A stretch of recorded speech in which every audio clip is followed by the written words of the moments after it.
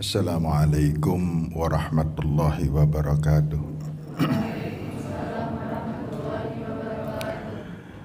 Alhamdulillahi rabbil alamin.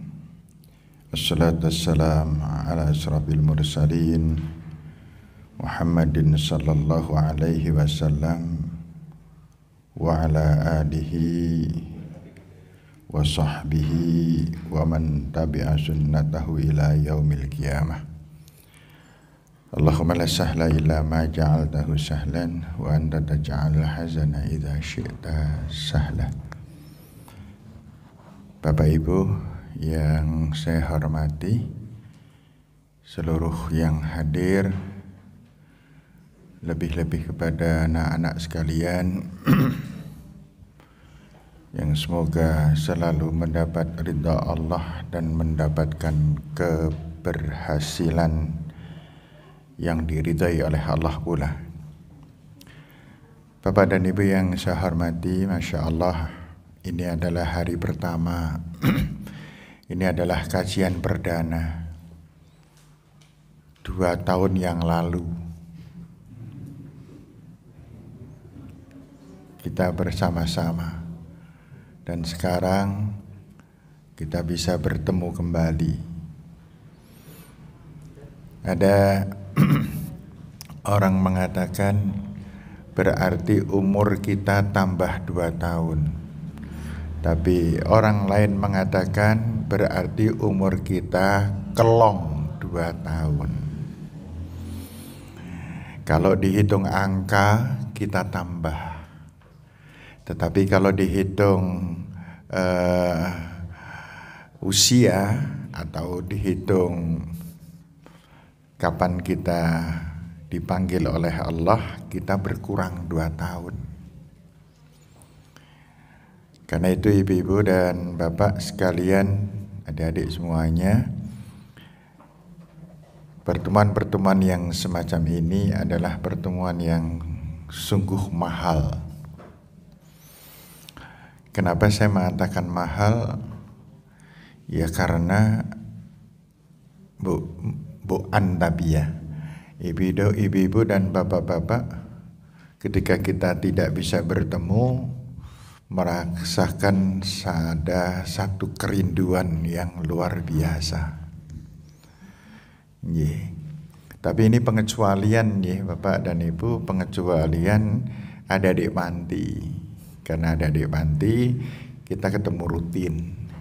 Bahkan untuk anak putri ini ketemu dengan saya di dalam pengajian itu dalam seminggu ini sudah ini yang ke-8 kali.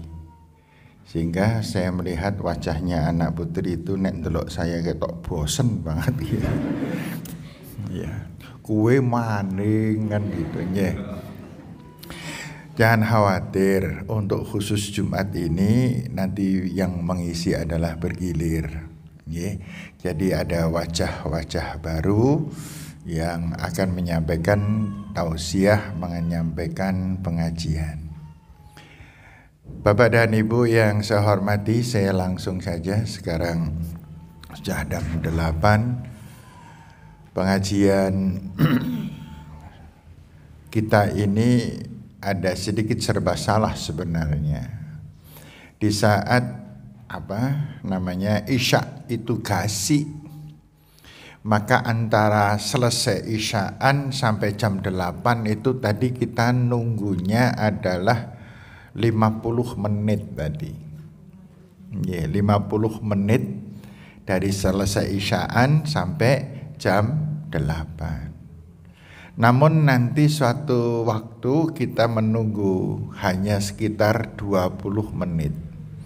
Karena isyaknya mundur banget gitu. Kalau ini kan maju banget. Sehingga orang yang tidak mempunyai kekuatan niat itu bisa serba salah itu.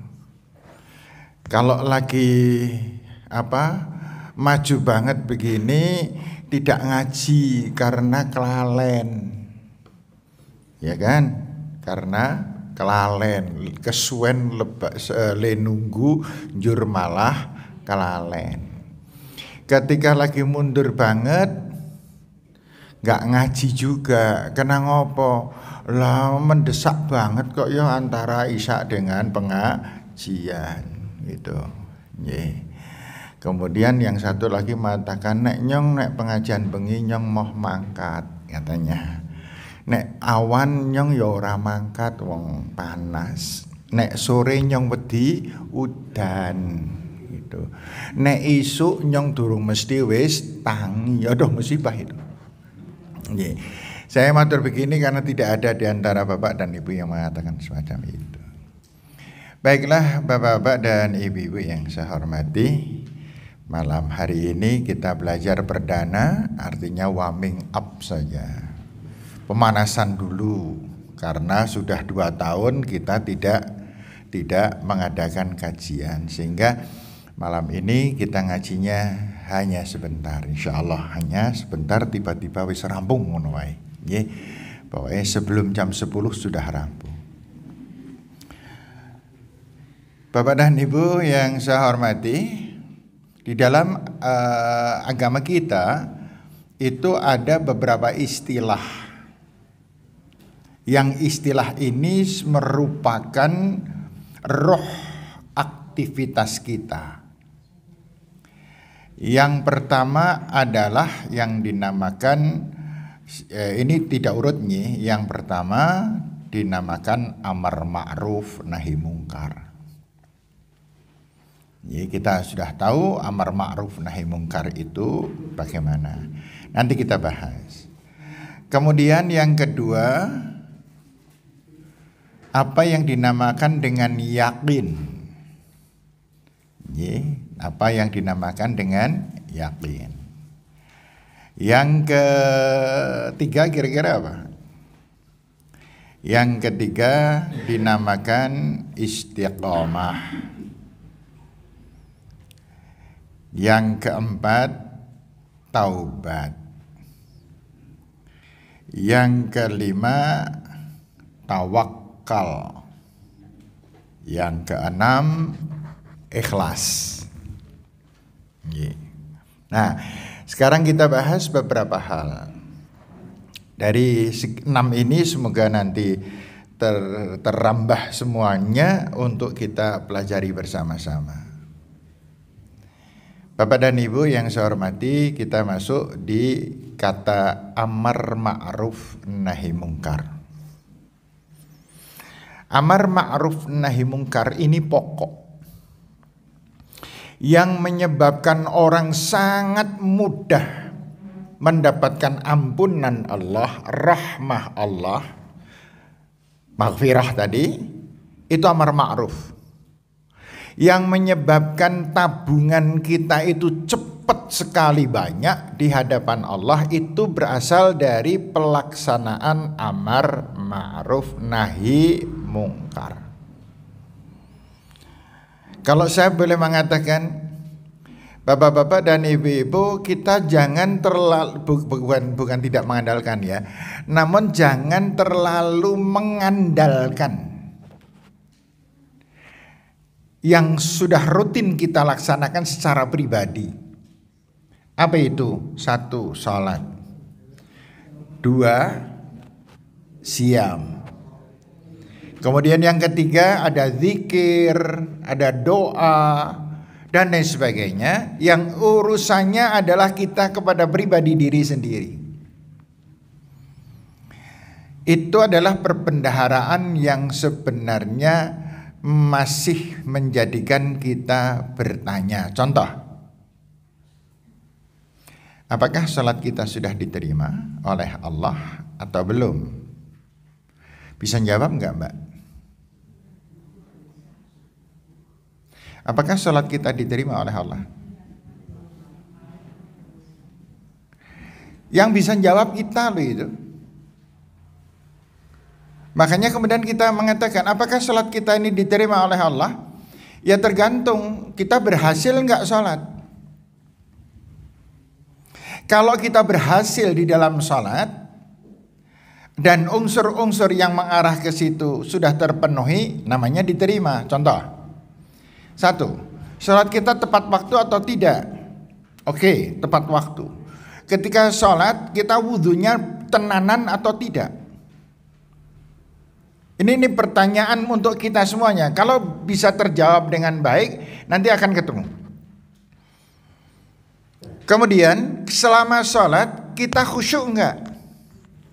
Lah khusyuk itu nanti ada berbagai unsur, berbagai elemen. Satu contoh, orang yang namanya orang yang khusyuk itu mesti sebagaimana pengandikan Allah, innamal mu'minuna alladzina idza dzukirallah wajilat qulubuhum wa idza tuliyat 'alaihim ayatuhu zadathum imana.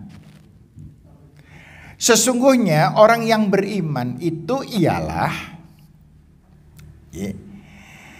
orang yang apabila disebutkan kata Allah dia tergetar hatinya. Dan apabila dibacakan ayat-ayat Allah atau membaca ayat Allah zadathum imana, dia bertambah imannya. Nah pertanyaannya sekarang, ada nggak selama kita sholat itu getaran-getaran ingatan kita kepada Allah? Kan ada orang yang tidak mengingat sama sekali. Sujudnya menghadapnya kepada Allah tetapi ingatannya bukan kepada Allah. Ada nggak? Kira-kira ada nggak? Mbak ada Mbak gitu. Kemudian ketika membaca ayat-ayat Allah di dalam sholat, ada nggak tambahan iman dari situ? Artinya penjiwaannya ada atau tidak? Nanti dulu saya bertanya, nanti kita jawab bareng-bareng. Bapak dan Ibu, apakah panjenengan kalau sholat selalu membaca Fatihah? Jawabannya belum tentu. Belum tentu. Ini yang jadi persoalan kita. Kenapa saya mengatakan belum tentu? Mungkin lesan mengatakan alhamdulillahi rabbil alamin arrahmanir rahim, tetapi hati kita tidak ada tambahan apa-apa dan tidak ada getaran apa-apa. Tidak ada permohonan apapun. Namun akhirnya kita mengatakan amin di akhir surat ini. Amin kan artinya ya Allah kabulkanlah doa hamba, doa kami. Pertanyaannya, sampean tadi waktu membaca Fatihah nyuwun opo? Itu yang saya maksud, kita baca dan tidak membaca. Apakah setiap orang yang membaca Al-Quran, membaca Fatihah itu selalu minta supaya ditunjukkan pada jalan yang lurus? Apakah setiap orang membaca Al-Fatihah selalu minta ditunjukkan jalan yang lurus? Jawabannya tidak, wong dia nggak sadar. Wong dia nggak minta kok. Dia hanya hafalan. Ini persoalan yang selalu kita teruskan pembelajarannya. Jangan sampai kita bahasa kita kecolongan dalam hal ini. Apakah setiap kali kita rukuk berarti kita mohon ampun kepada Allah? Belum tentu. Meskipun kita membaca subhanakallahumma rabbana wa bihamdika Allahumma ighfirli. Apakah setelah sujud kemudian duduk kita memohon rizki kepada Allah? Belum tentu. Bisa jadi ada orang yang selalu meminta rizki ning ora sadar kalau meminta rizki. Allah maghfirli warhamni wajburni wahdini warzuqni. Ini monggo diingatkan untuk kita. Baik Bapak dan Ibu, saya belum sampai ke sana, namun kita sekarang bahas dulu amar ma'ruf nahi mungkar. Amar ma'ruf nahi mungkar, amar ma'ruf itu ngajak-ajak orang lain kepada kebaikan. walau ayah, meskipun sepetil kebaikan.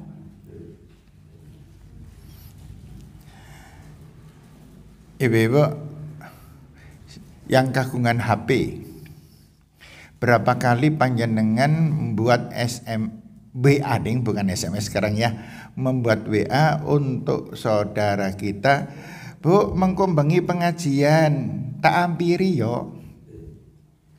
Berapa kali? Itu. Bapak-bapak juga begitu. Atau panjenengan meneruskan pengumuman bahwa besok malam ini kita akan mengadakan kajian. Ini namanya amar ma'ruf. Ini namanya amar ma'ruf. Sedangkan nahi mungkar itu lebih berat. Karena nahi mungkar yaitu mencegah orang berbuat keliru dan salah. Bapak-bapak, panjenengan pernah ada orang, misalnya Pak Amir dengan Pak Ahmad sedang bicara dan kelihatannya ngelindengi orang. Kemudian Pak Anang, hei rasa ngelindengi, dosa. Pernah panjenengan melakukan itu? Saya mengingatnya pada bapak-bapak karena yang paling banyak ngelindengi. Nah ibu-ibu kan lebih parah kan gitu maksud saya. Ini nahi mungkar. Saya melihat adik panti melakukan apa, kemudian saya mengingatkan, kamu jangan semacam itu. Nahi mungkar. Yang paling banyak nahi mungkar dan amar ma'ruf ini nampaknya kayak Ustadz Ma'adzin, Ibu, kemudian Ustadz Latif. Tadi saya melihat Ustadz Latif di mana ya? Oh di sana, ya, gitu. Iya. Amar ma'ruf nahi mungkar. Dan itu diperintahkan oleh Allah via Al-Quran, via Al-Hadis, banyaknya luar biasa. Bahkan ibu-ibu sekalian, bapak-bapak, landasan pokok berdirinya organisasi Muhammadiyah kan landasannya amar ma'ruf nahi mungkar. Amar ma'ruf nahi mungkar yang terorganisir.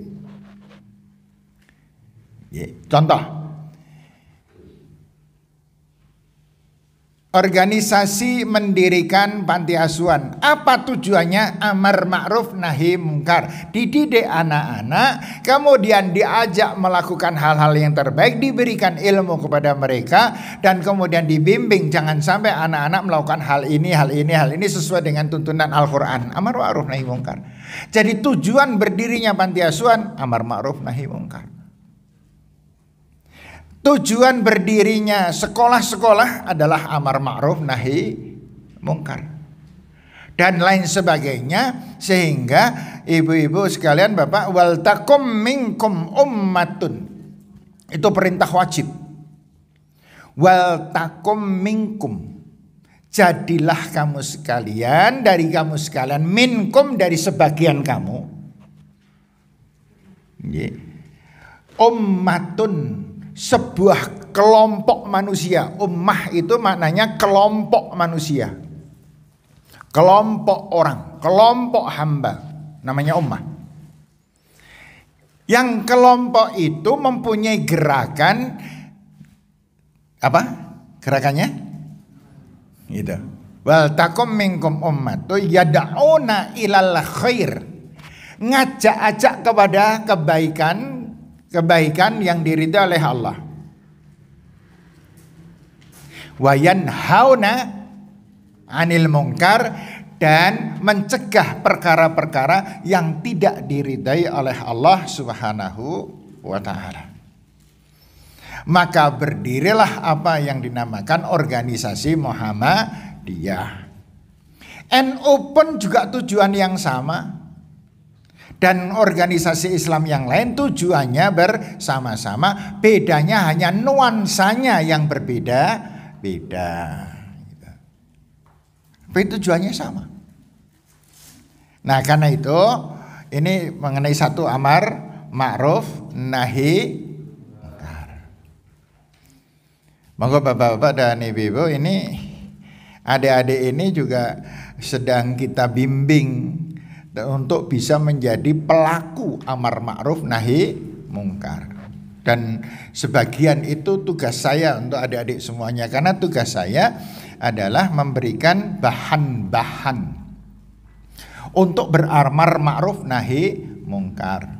Sehingga kita belajar bersama ini Kakung Putri ini, yaitu selalu belajar tentang bagaimana kita menafsirkan hadis, bagaimana kita menafsirkan ayat. Terus nanti ada pecahannya, yaitu tafsirul hadis bihadisin ukhra. Tafsir hadis ditafsirkan dengan hadis, ayat ditafsirkan dengan ayat yang lain. Itu yang dimaksud dengan nanti mengerucutnya. Semoga semakin berkembang, ditambah dengan pengetahuan-pengetahuan yang lain dari ustadz-ustadz yang lain, dan kemudian dari sekolahan, dan akhirnya muncullah muballighah dan muballighin yang berasal dari panti asuhan. Apalagi kalau kemudian ada di antara adik-adik ini nanti kuliahnya sangat menjurus kepada yang dimaksud, yaitu masuk perguruan tinggi PUTM gitu. PUTM itu apa? Perguruan Anda ono tinggi nih.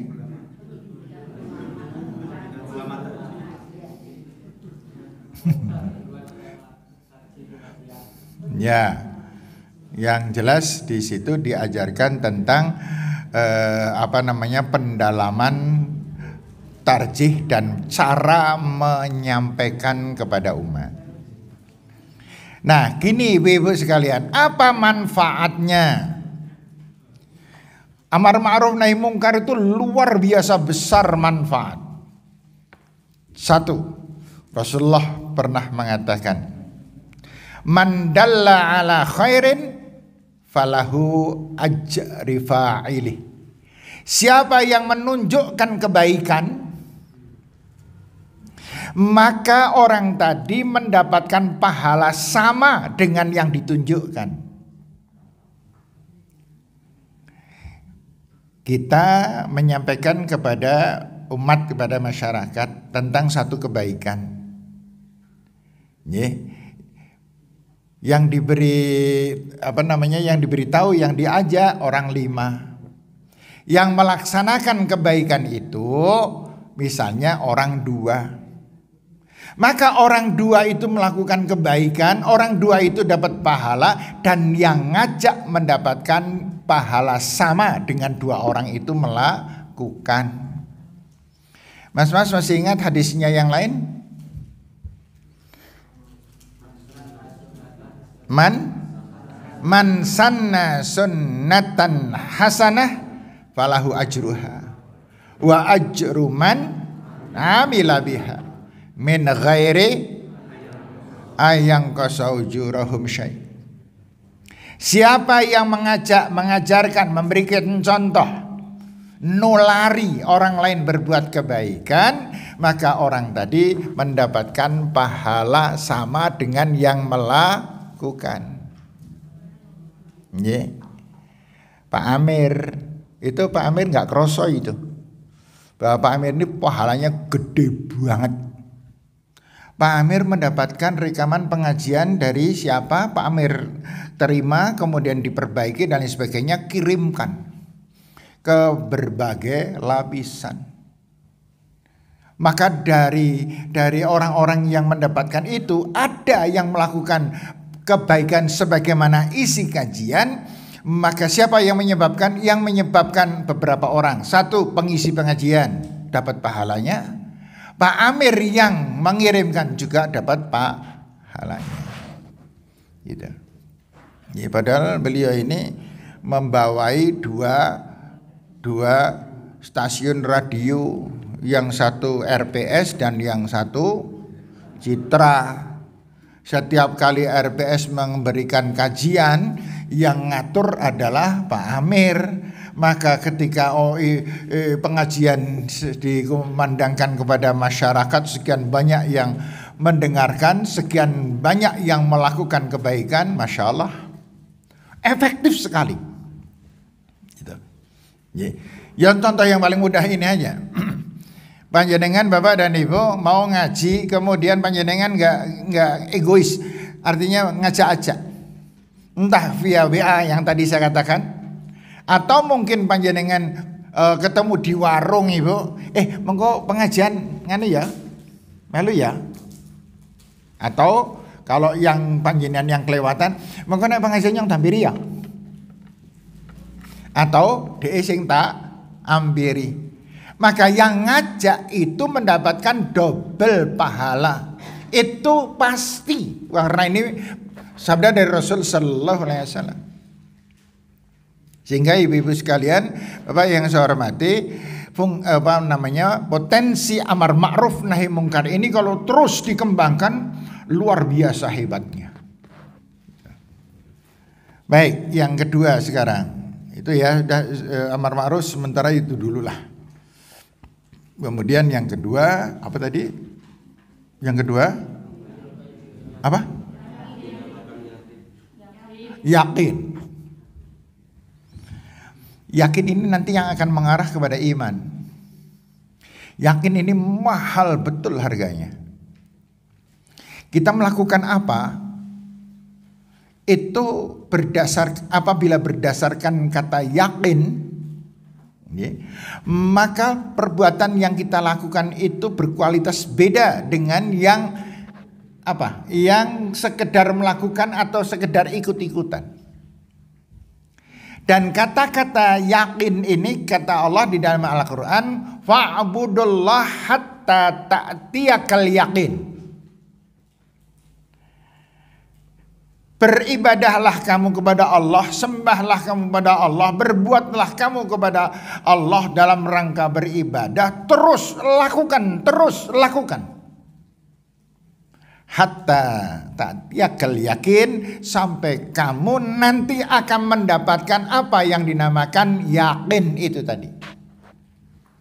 Nah, kalau sudah keyakinan itu merasuk di dalam tubuh kita, di dalam jiwa kita, maka sudah tidak ada kata wegah, kata malas, kata mudah tergoda dan sebagainya. Kalau belum yakin, yaitu tadi yang saya katakan di awal, arep ngaji ketai udan lho, ora sida ngaji gitu.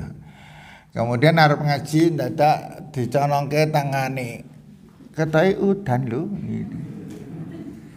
Ora sida ngaji. Arep mangkat ngaji nyang tadi ngantuk banget tok ya lah nyang arep ngaji nek ngantuk kok ngene iki nggere mriki ya. Ora sida meneh gitu. Nggih. Kenapa? Karena enggak yakin. Tidak mempunyai keyakinan. Orang saja kalau tidak mempunyai keyakinan tentang betapa besarnya pahala sholat dan betapa besarnya dosa meninggalkan sholat, maka sholatnya yaitu tadi leda-lede, telat gitu. Kemudian ketika melakukan gelior banget gitu. Sujudnya, saya beberapa kali melihat, tapi anak putra ya, saya minta maaf ya anak putra ya. Beberapa kali di antara anak putra itu nek sholat betul-betul kaya upo notol PT. Kaya upo notol PT. Rukuk ya Allahu Akbar, sami Allah liman hamidah, Allahu Akbar, Allahu Akbar, Allahu Akbar, Allahu Akbar. Bismillahirrahmanirrahim. Allahu Akbar, sami Allah itu ada. Saya melihatnya tentu saja di salat sunat. Kenapa kok saya nggak bisa melihat salat wajib? Saya yang imami, gerenya kon delong. Wah, kecepatan ya ora iso ya. Gitu. Nek dong pas salat sunat kalau sama saya bisa melirik gitu. Kalau panjenengan Pak Haris mau ojo ngaran-arani kaya ngono, tanya Pak Latif. Ora Pak Latif. Ada yang seperti bebek notol, bebek geri notol ya nyosor kok. Enggak. Enggak usah khawatir. Wong itu gampang diperbaiki kok. Nggih. Ming merubah dari alhamdulillahirabbil alamin arrahmanir rahim maliki yaumiddin iyyaka na'budu wa iyyaka nasta'in shiratal mustaqim shiratal ladzina an'amta 'alaihim ghairil maghdubi 'alaihim waladdallin amin. Ada penjiwaan enggak itu? Enggak ada penjiwaan. Yang itu yang tadi saya mengatakan maca Fatihah ning jane ora.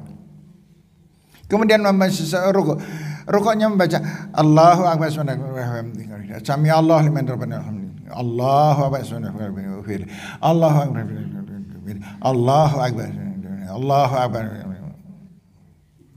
Masih dajjal. Assalamualaikum. Itu ada. Itu. Saya teringat dengan anak saya Rahid. Rahid itu kalau salat persis macam itu. Dia kalau berangkat ke masjid itu tuh mesti paling akhir. Ning Bali ini paling dhisik. Tapi saya tenang, ora apa-apa, isih SD. Nah ini kan sudah nono sing SD toh. Gitu loh. Dulu ini saya jujur nih. Saya pernah sholat. Ya, saya pernah sholat. Ini pernah saya ceritakan. Ketika tahiyat akhir itu di driji saya itu ketok lemut nyokot nang driji. Itu jan blas nyong ora kelingan Gusti Allah babar blas sudah. Saya cok mikir awas ki lemut awas. Salam. Itu karena tahiyatnya Mbah Kiai Khalil dulu imamnya. Ya. Itu kalau tahiyat memang suwi. Sampai dari lemut egin ireng ngantek wetenge abang lho. Ya tak mati tenan kok itu. Waduh. Salam tabok. Begitu assalamualaikum warahmatullah. Assalamualaikum warahmatullah. Bahole kaya ngono nek salam. Lho kok Pak Abed Pak Haris apal nyong makmum 8 tahun gara-gara. Beliau Mbak Khalil itu saya makmum 8 tahun. Agar maca ghairil maghdubi 'alaihim waladdallin gitu ditirok-tirokke karo bocah-bocah karo santri anyar. Ghairil maghdubi 'alaihim waladdallin gitu. Siapa saya? Iya. Wala anak-anak itu ribut tapi santri baru yang biasa nenek santri lama wis biasa. Santri baru ini lucu teman limun di waladdallin. Oh. Ada kenang-kenangan. Ini ada panti pun nanti juga nek wis rampung kan nglendengi kesatu-satunya sekalingan biyen yo Pak Aris ke nek mulang mesti koyo ngene. Itu awas yang nglendengi. Nah, karena itu ibu-ibu dan bapak yang saya hormati, data terus kita judulnya tadi ceritanya judulnya lemut ya. Begitu salam rampung, assalamualaikum warahmatullahi wabarakatuh. Lemut iki wis ora nono jal. Itu saya blas ora dikiran babar pameng ngeling nang dia lemute ya. Tak eling-eling ada muter-muter gitu. Saya pikiran nek nemplok nanggon gigire kancane tetep tak tabok. Dilalah tidak ada. Itu saya pernah sholat semacam itu. Tapi waktu itu saya kelas 2 SMP. Itu boleh enggak? Masih boleh. Kelas 2 SMP memang masih nglambian jalan ora percaya. Sing kelas 3 SMP kelas 1 kan masih nglambian meneh salat ora rapat yo niat. Itu malah sok sodok-sodokan. Iya. Itu anak-anak SMP gitu. Ya, oh enggak Nanda? Enggak ya? Enggak. Iya, Nanda salatnya serius banget yakin. Ngantek sujud ora menyat-menyat kok.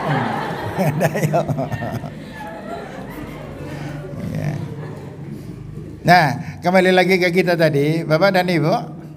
Anak-anak cucu kita telateni terus, disuruh, diajak, tapi jangan kasar. Diajak untuk sholat, untuk berbuat yang terbaik. Hatta ta'tiyakal yakin, nganti tekan suatu saat dia menjadi orang tua, menjadi yakin, sudah tidak ada terpaksa lagi. Seperti bapak-bapak dan ibu-ibu sudah sampai pada tingkatan hatta ta'tiyakal yakin. Sudah mulai butuh. Kalau mbak-mbak ini kan katanya urusan sholat orang urung pati butuh gitu. Dia kok sholat kenapa? Masani sholat ya sholat. Lah kok ndak sholat kenapa? Lah ora sholat nih dumyangi yo gitu. Seneni karo gitu. Kan? Jadi belum butuh melakukan kebaikan-kebaikan sampai tujuan utamanya saja, Mbak, Mas. Tapi jangan ngaco.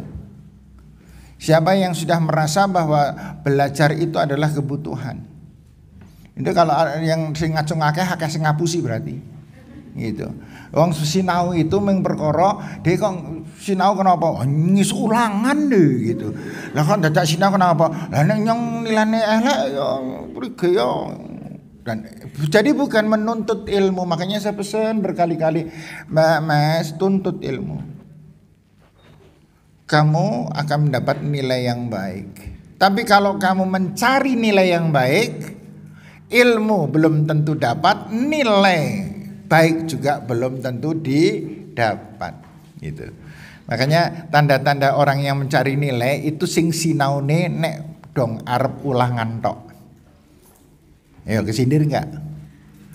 Tanda-tanda orang yang menuntut nilai, golek nilai itu orang yang sinaune nek dong ono PR, nek dong iso arep ulangan. Bahkan ada di antara mereka sing arep ulangan ora sinau ning nulis nganggo kertas cilik mengetikai gitu. Kertas cilik meneh digolong, nggo ngopo itu? Nggo? Berarti ya.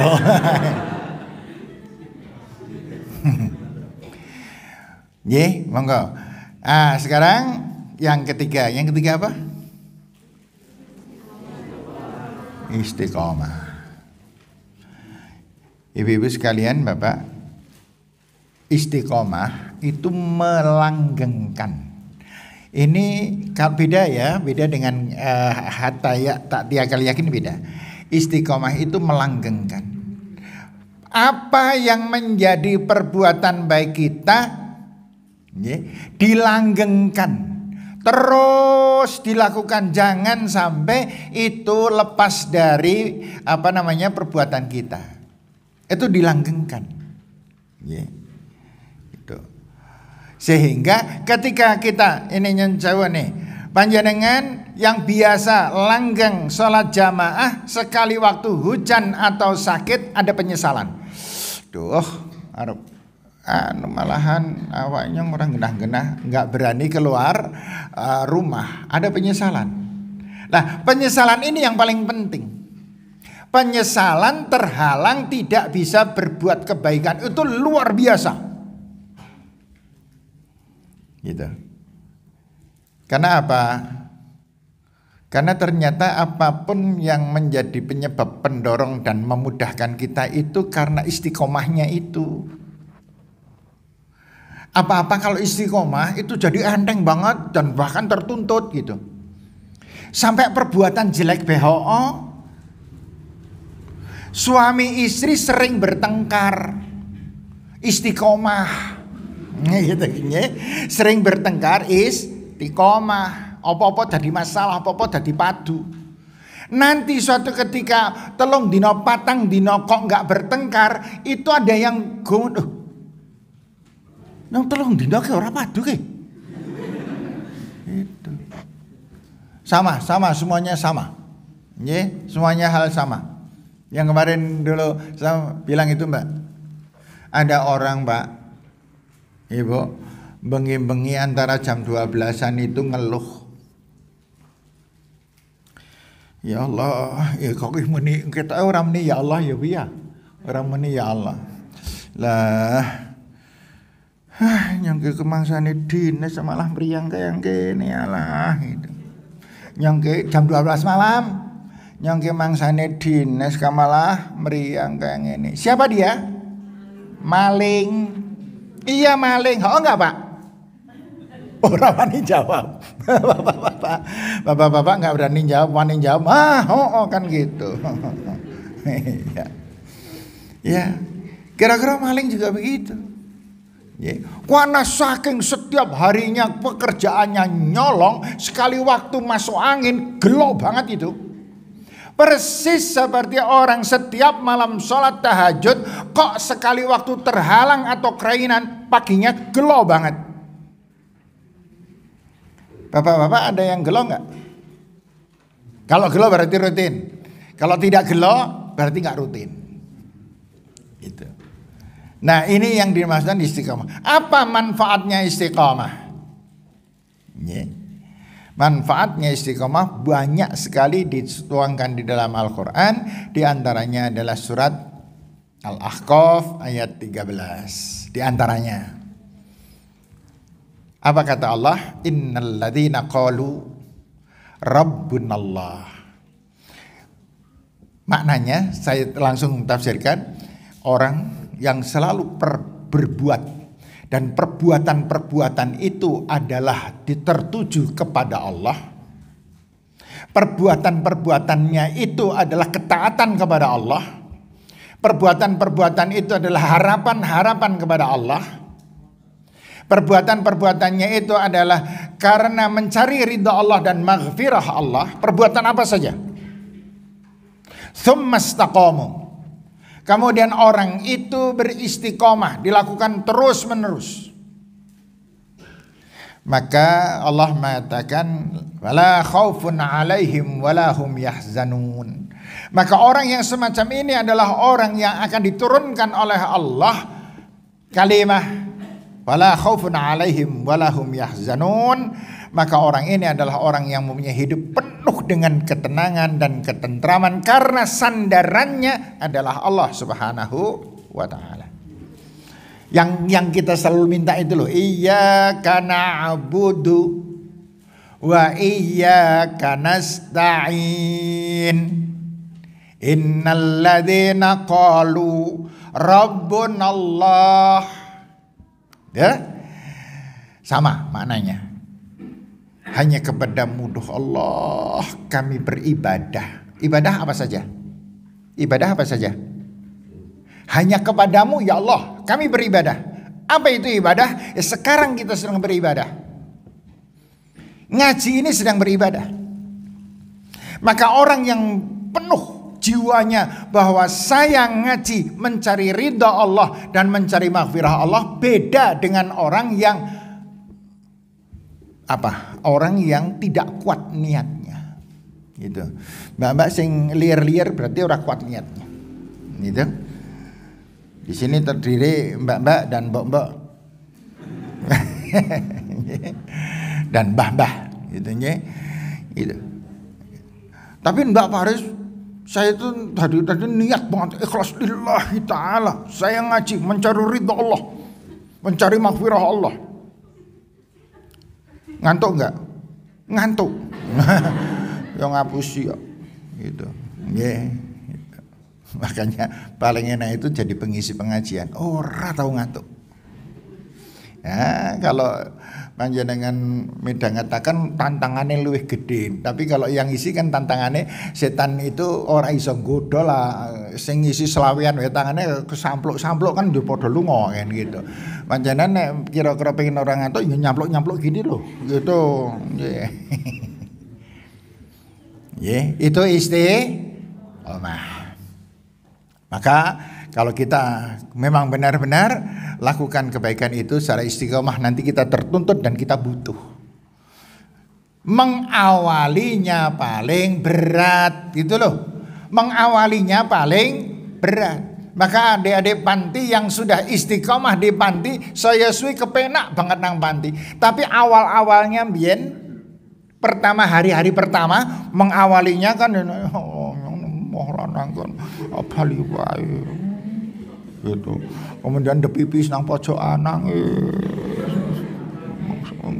gitu. Nggih, sewengi dok nangis wae. ngantek bantale kopoh-kopoh. Iya, gitu di pondok nangis gitu, ya sedih gitu.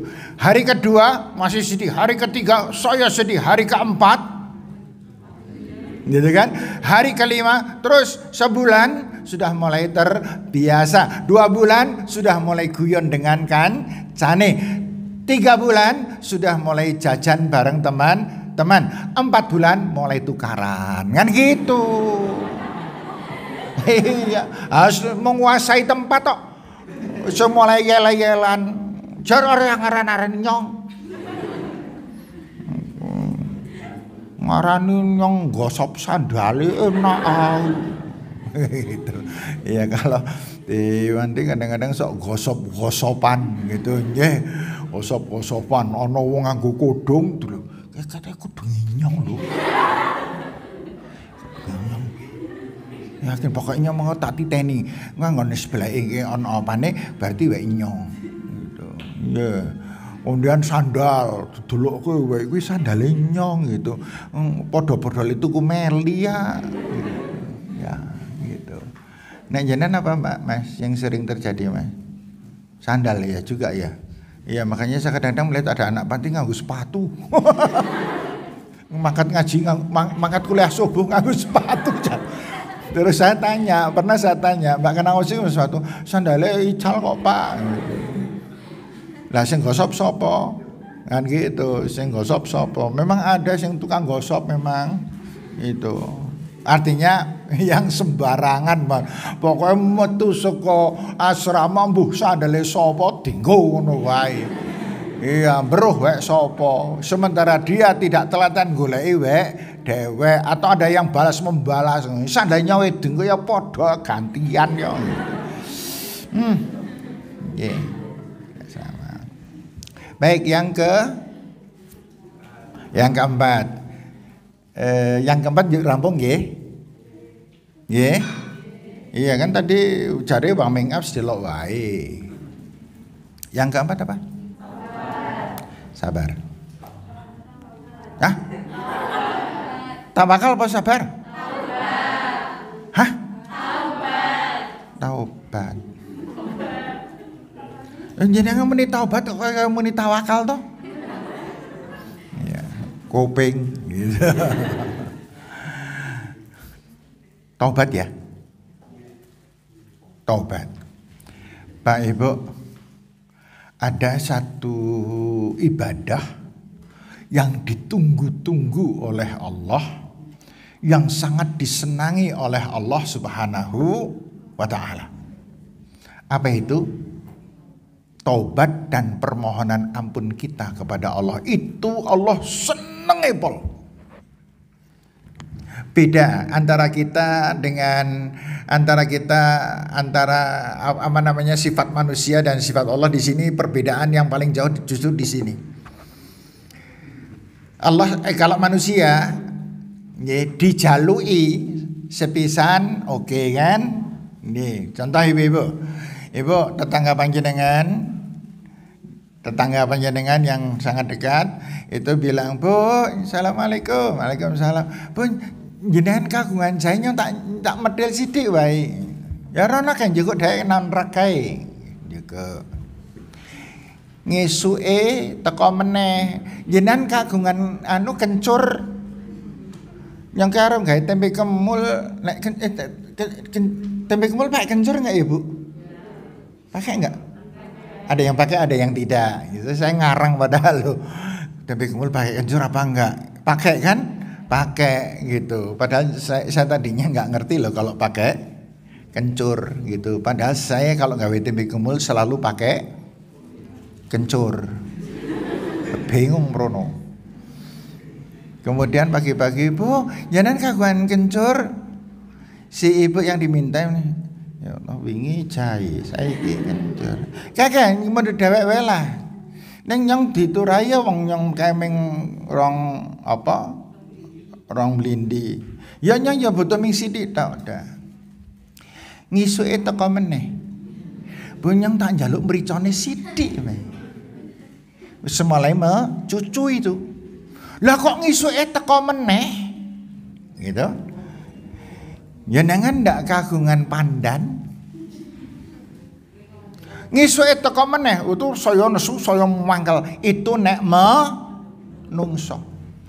Allah itu malahan kualian loh. Ini kita harus tahu paham benar ma'rifah Allah. Allah Subhanahu wa taala itu nek panjenengan le njaluk nembe sepisan ping pindho itu belum mendapatkan perhatian. Ning nek niwune wis ping 3, ping 4, ping 5 terus nyuwun terus. Maka dalam hadis Allahu yastahyi, Allah malu kalau tidak mengijabahi doa kita. Makanya ibu-ibu sekalian, bapak-bapak yang saya hormati, kalau kita berdoa jangan pernah berhenti dan beristiqomahlah dalam berdoa. Istiqomah dalam ada doa pokok. Ini kan ada doa pokok. 1, permohonan ampun kita kepada Allah. Ya, dengan berbagai. Yang kedua, permohonan ampun dan kesejahteraan untuk keluarga. Doanya apa Mbak? Tahu Mbak? Minta kesejahteraan keluarga, minta Allah melindungi keluarga, doanya apa? Rabbana hab lana min azwajina. Itu tertuang di surat apa yo? Surat apa yo? Mesti ana sing ra gelem maca padahal mung garek neruske sithik itu. Dalam surat Al-Furqan, walladzina yaquluna rabbana hab lana min azwajina wa dzurriyyatina qurrata a'yun waj'alna lil muttaqina imama. Gitu. Salah satu ini kalau dilebarkan, kenapa kita dimerintahkan untuk memohon doa semacam itu? Tujuan pertama adalah agar keluarga kita menjadi orang-orang yang bertakwa. Tujuan yang kedua, agar yang berdoa itu lemah lembut terhadap keluarga. Karena lemah lembut terhadap keluarga itu persoalan pokok di dalam kehidupan berkeluarga. Kenapa kok demikian? Lah nek wong sing ndonga, sing ndongake, ngire arep kasar-kasar galak-galak karo sing didongake. Kan gitu, Rabbana hablana min azwajina wa dzurriyyatina. Ya Allah, berikan kepada hamba, karuniakan kepada hamba, dari suami hamba, dari istri hamba, dari anak-anak hamba, qurrata a'yun, mereka menjadi orang-orang yang selalu menyejukkan mata hati hamba. Ya Allah, waj'alna lil muttaqina imama, dan jadikanlah kami, sekeluarga kami adalah orang-orang yang seutama-utama orang yang bertakwa kepadamu. Minta supaya bojoku menjadi qurrata a'yun, anakku menjadi qurrata a'yun. Yang pertama kali menjadi qurrata a'yun siapa? Jawabannya sing ndonga. Saya minta semoga istri saya atau suami saya menjadi orang yang selalu menyejukkan hati hamba. Ya Allah, yang harus menyejukkan hati siapa yang pertama? Yang berdoa, gering berdoa jarine pengen anak-anak keluarga menyejukkan hati, malahan awake dhewek galake pol, ngomel dan lain sebagainya. Ini kaitannya. Nggih.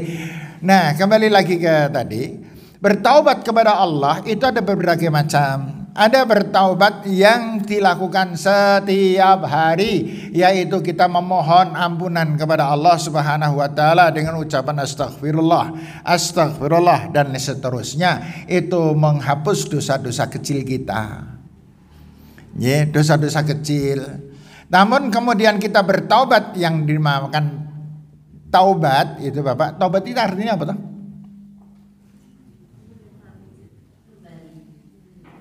Taubat itu artinya kembali. Tabayatub itu kembali kepada jalan yang benar. Wong melaku kesasar. Setelah sadar inyong kesasar ke udu kiye dalane. Kemudian balik. Tobat namanya. Paham? Pernah kesasar? Arep nanggon kancane nanggon dusun kiye mlakune kudune mau nang simpangan ana sing iwa ana sing nengen, mlebune nengen jebulane lho iki kan dusun nganu Padahal mau ke dusun teman, balik ke Tumbal. Itu balik itu namanya tobat. Orang memahami jenenge tobat itu mandek, bukan. Tobat itu kembali ke jalan yang benar. Gitu. Ada yang tobat dalam artian kita berhenti dari perbuatan-perbuatan yang berdosa besar. Perbuatan-perbuatan yang berdosa besar kemudian kita hentikan, tidak boleh diulang. Kalau sudah beralih kepada tobat tidak boleh diulang. Kalau diulang dosanya kembali lagi. Gitu. Kalau diulang dosanya kembali lagi. Contoh, orang minuman keras dosa besar itu. Kemudian saya mau bertobat kembali kepada jalan yang benar, tidak minum minuman keras lagi. Berjalan sampai beberapa tahun tidak pernah minum minuman keras. Tapi dilalah pada tahun ke-6 dia tergoda oleh teman minum lagi, dosanya balik meneh gitu.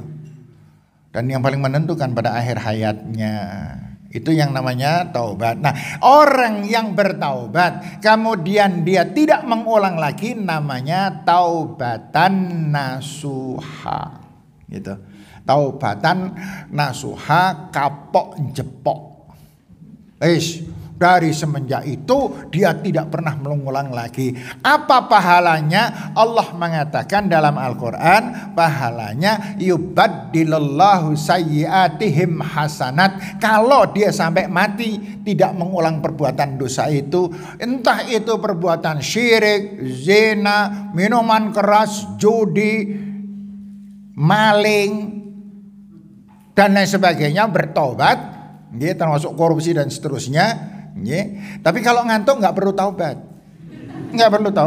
gitu. Sebab taubatnya ngantuk meneh kok, gitu kan? Iya, nah sing tobat nasuha itu hanya dosa besar. Nah, dosa-dosa kecil Allah mengatakan ini tadi dosa besar. Kalau kita bertobat dan terus tidak mengulang sampai meninggal dunia, apa kata Allah? Yubaddilullah sayyiatihim hasanat. Semua dosa besarnya itu dibalik menjadi pahala. Ning syaratnya tidak mengulang sama sekali sampai akhir hayatnya, gitu. Orang tukang zina, tukang judi, tukang perbuatan maksiat yang besar-besar itu bertobat, balik tobat kepada jalan yang benar dan terus berbuat amal soleh sampai dia meninggal dunia. Semua dosa-dosa yang terkutuk itu dibalik menjadi pahala. Jadi orang yang bertobat itu beruntungnya luar biasa. Gitu. Makanya bapak-bapak dan ibu-ibu, kalau panjenengan pengen masuk surga sekarang berbuat maksiat sing akeh. Ya, berbuat maksiat sing sak gede-gedene ngambil anggar setengah tahun sebelum meninggal dunia tobat. Kemudian setelah itu tidak melakukan perbuatan yang terkutuk itu. Kita masuk surga itu. Boleh dicoba. Ngeri teman, enggak berani. Sementara dosa kecil tobatnya cukup dengan beristighfar. Wa idza fa'alu fakhishatan aw dzalamu anfusahum dzakarullah fastaghfaru lidzunubihim. Wa may yaghfiru dzunub illallah. Dan orang-orang yang melakukan perbuatan-perbuatan keliru, dosa yang masuk kecil, kemudian dia ingat kepada Allah dan kemudian beristighfar, maka saat itu dosanya diampuni oleh Allah. Maka mbak-mbak panjenengan glendengi kancane coba gitu ya, macam kok ngono lho jelek banget. Engko nek bocah kok kan gitu. Nah, kemudian banyak astagfirullah. Astagfirullah yang nabi glendengi astagfirullah. Duduk sang glendenginya diampuni. Langsung diampuni, jangan khawatir. Gitu. Iya. Yang tidak dibolehkan, yang tidak diampuni adalah yang direncana. Pak Bagio, Pak Wasian, kita bertiga ngobrol, kita ngelendengi, tidak apa-apa ya.